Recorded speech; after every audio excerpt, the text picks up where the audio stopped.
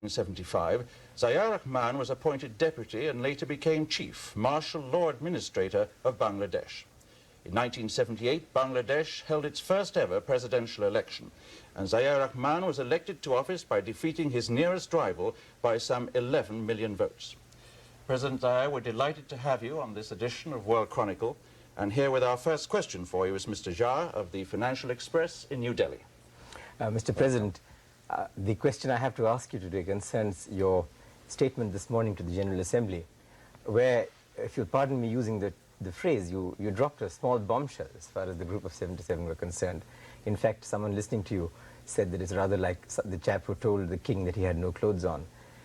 I'm referring, of course, to your suggestion that the OPEC countries should cut the price of oil to the developing countries by 50%. Now, from what I've been seeing, a number of people have this very much on their minds, but the Group of 77 were rather hoping, to keep this within the ECDC, the Economic Cooperation for Developing Countries, and not to air it here. Now, what were your reasons for doing this, and how have you been received? Well, that's for you to judge how I have been received as far as this is concerned. But countries like ours, the least developed countries, are really badly affected as a result of the general inflation all over the world and the rise in oil price. On the one hand, we are paying far too much price for oil, and on the other hand, we are having to get from the developed countries finished products at higher and higher price. So on the one hand, we are having to pay a much higher bill for oil, and on the other hand, we are having to pay much higher bill for imported products. This has put us off very badly.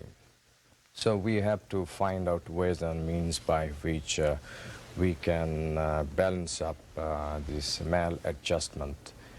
And it is with this objective that I suggested that the OPEC countries should think of supplying oil at that price level to the least developed countries. Well, the point is, I think they had rather hoped, if I'm not mistaken, that they would avoid the separation or the isolation of the oil issue or the oil price issue from the other issues of how to recycle the international liquidity, changes in the representation of various countries on the board of governors of IMF and World Bank, and other issues which are structural in nature. Now, your statement seems to have gone against this trend inside the Group of 77. Would you agree with me on that? I don't think so. These are all interconnected. The price of oil has direct bearing on all other issues related to economy, and especially to the developing and least developed countries. So I think this is right. Peggy, thank you. Yes. I'd like to ask you about the commodity agreements. Does Bangladesh stand to gain from those? And what do you think of the prospects for coming to some commodity agreements out of the UN session? Would you just clearly say what you would like to know? Okay, the agreements that would stabilize prices of commodities, and I assume that you would benefit through jute, for your jute and for your tea, perhaps other commodities. Can you comment on what the United Nations is about to do in terms of stabilizing commodity prices and how Bangladesh could benefit? Yeah, thank you very much. This is again very important for us, this commodity price agreements, because we find that for our raw products, countries like us are mainly exporting raw material. And for this, unfortunately, we are getting lesser price or not attractive price. So this has decreased our exports in real value. So if an agreement like this is reached through negotiations and understanding, it is going to help countries like ours reasonably well, and keep our export balanced, and we can see beforehand and know how much we can earn from our exports. This will help us in planning our production in the country and our export over a period of substantial time. And specifically, your exports that would benefit would be jute, tea? Yes, jute, tea, leather. Leather, yeah. Yeah. What do you think the prospects are for an agreement that will benefit the countries? Well, as I said this morning, it's not an easy thing, but we got to keep moving with the negotiations and find out new formulas which could be acceptable to all the parties, and especially formulas which will in real time benefit countries like ours. Here I would like to say one thing, and that is that some of the countries like ours have a lot of untapped resources, unexplored resources, unutilized resources, natural resources. For our country, we can say, such as the gas, natural gas, good prospect for oil, limestone, coal, which have remained unexplored or fully developed. So, this way we would be able to foresee our exports and plan our economy. Mr. President, I'd like to get back to the question about the bombshell that you dropped this morning. The talk in the corridors of the UN and amongst many delegates is that we might see a split here in the group of 77. Are you thinking of trying to take leadership and forming a least developed country bloc to try and move away, a coalition of some sort to deal specifically with your set of problems? And the other question I'd like to ask is, it was hinted by U.S. Ambassador McHenry what the content of your speech would be and that we should watch it closely. Were you consulting with the U.S. government on this, and was there any kind of deal that was struck? The answer to your first question is that there's nothing like that. This is a thing which have been, I understand, mentioned by others earlier. And we felt that it is better to say it here, and I don't think this has any prospect of splitting the group of 77. And let me tell you, we had no talks with anybody on this count. If anybody said, must have said on their own. But then how did Ambassador McHenry say with great confidence? He said, I don't want to steal the thunder of President Zia, who will be talking to you a little later, but you should listen to the speech being given by the President of Bangladesh and what he has to say about the energy question and the price of oil. I'm just quoting him. Well, I think you should ask him to answer this question. He must have good intelligence. I'd like to refer to a very interesting magazine article recently, sir, which described you as being the super salesman from Dhaka, taking the message around the world that Bangladesh has a stable government and is emerging as an attractive trading partner for both East and West. Did you see that? And if you didn't, how would you react to that? Well, I don't know, but during the last 1 or 2 years, I have undertaken trips to really many countries, both in the East and the West. The object, one should have understood that we were colonized for a long period, as a result of which we remain undeveloped, whereas we have tremendous resources. Firstly, the land is so fertile, and in agriculture, our return is so low. As I said a few minutes ago, we have several others, very valuable natural resources which have remained undeveloped, unexplored. For this, we got to talk to people who have the money, who have the technical know-how. Apart from this, being a new country, I had decided to visit as many countries as possible. And I think these visits have really helped us a lot to project Bangladesh in other countries and discuss with those countries' leaders as to how economic cooperation could be built up. And as a result of these visits, our assistance from abroad has increased over the last 2-3 years, and the economy in our country are gradually picking up. May I come to a related question to this one, which is the one of, shall we say, regional cooperation. One of the problems that we all face in common is, in fact, the oil price, if you like, the balance of payments problem.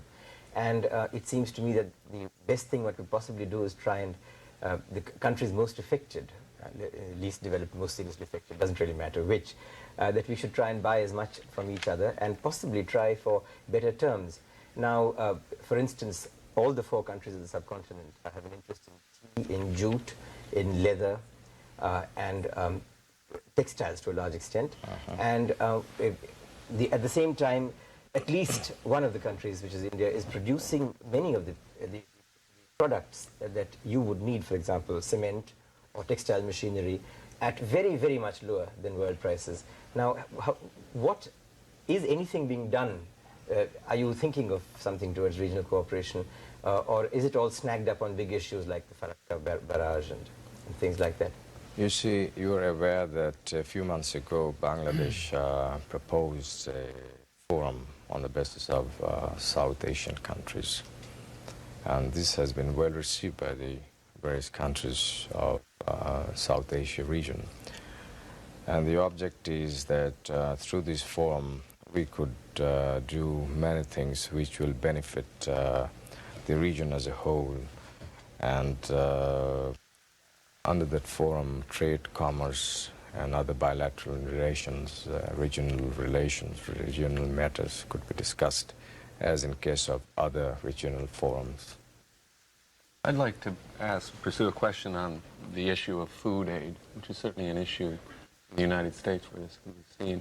There's an awful lot of solid documentation that has come up that perhaps too much food aid is going into Bangladesh, that recently the British government curtailed government-to-government aid because of what they saw as some of the abuses there, that the rationing program tends to go to the urban population and to civil service workers, and that it's had a negative effect on agricultural production because it's a disincentive to the producer. How do you respond to those criticisms, and what really is being done? Right. Let me tell you that up to 1950, our country then, East Pakistan, was self-sufficient in food. And thereafter, till recently, the agriculture sector, not much was done. As a result, with the growth of the population, the requirement of the food went up, but the food production remained low. Now, we have rationing system in our country which is coming over since a long period. Now, the object of our government is to gradually get rid of this rationing system, which is mainly concentrated in the urban areas, but we are trying to sort of distribute more and more in the rural areas. And lately we have started open market operation, whereby at a certain price we sell out in the markets rice and wheat to keep the market price steady. At the same time, we have undertaken special measures to procure a lot of food grains, and right now we have 1.2 million roughly food stock with the government. We are giving a lot of encouragement to the farmers by price support, and in future we are going to do a lot more. The object is ourselves to become self-sufficient in food so that we don't have to get really food from abroad. It's not a good thing. But realistically, you are going to need additional food aid for the next several years. And what is the impact of the British government curtailing? I'm coming to that point. Let me tell you that we shall be self-sufficient in food earlier than anybody thinks, and we have taken certain measures on that count, and we are beginning to get the results. As far as... When do you expect food self-sufficiency? I think in the next 2-3 years' time, or maybe a little more, maybe a little less, because we have launched a sort of special program on this count, and we have got very good results, and the next 1 year will give very solid indication about it. Our objective is not to become self-sufficient alone, but we are going for doubling food production in the next 5-6 years' time from now.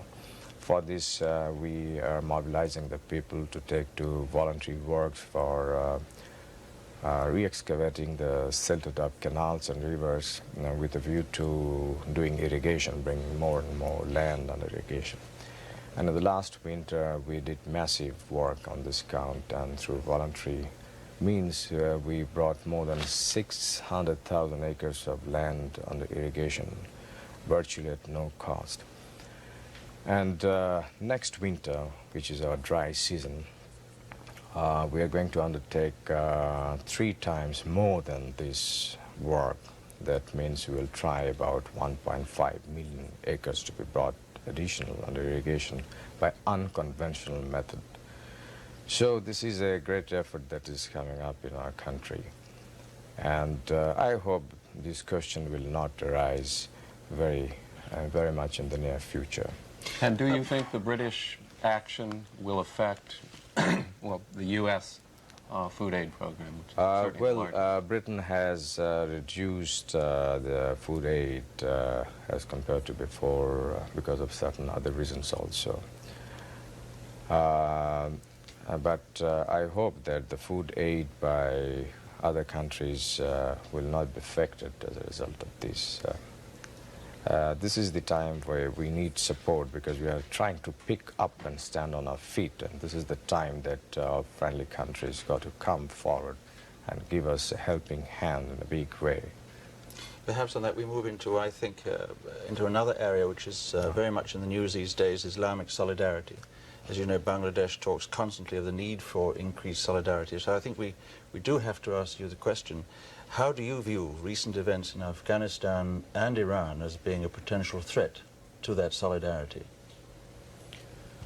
Well, the Islamic solidarity is building up, and I hope in the near future we shall be able to overcome these problems through various measures, and I strongly feel that the Islamic solidarity is going to become stronger and stronger in future. But does the present situation in those 2 specific countries right now concern you deeply? It does concern, but I don't think Islamic solidarity as such is affected as a result of these 2. May I ask you something on this? The Islamic bomb, the nuclear bomb being so-called constructed in Pakistan, how do you feel about this?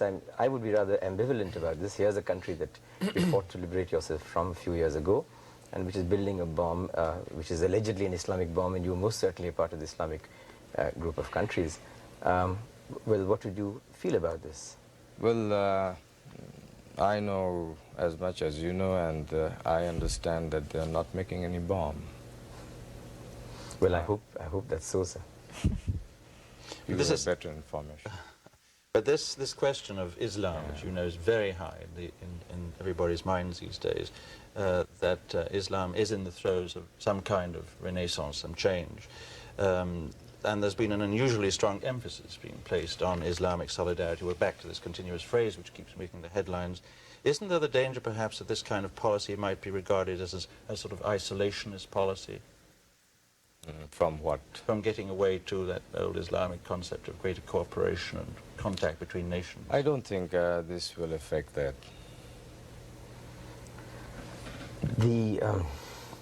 I wonder if... no, please, after. Are you sitting on the same line? If we have in our few minutes left, I'd love to pursue this, because it is a terribly...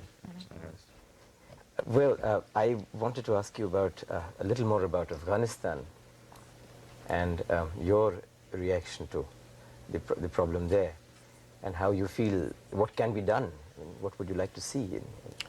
Well, I think our position on Afghanistan is quite clear. And we feel that the foreign troops from Afghanistan should be withdrawn. And the people of Afghanistan should be left on their own to choose their system, political, economic, and government system. Well, I think the obvious other question is Iran. I think your foreign minister in Islamabad in July did say he thought the situation in Iran was a threat to regional security. And I think there was the idea of setting up a contact group to help solve that problem. What has been the latest news on that?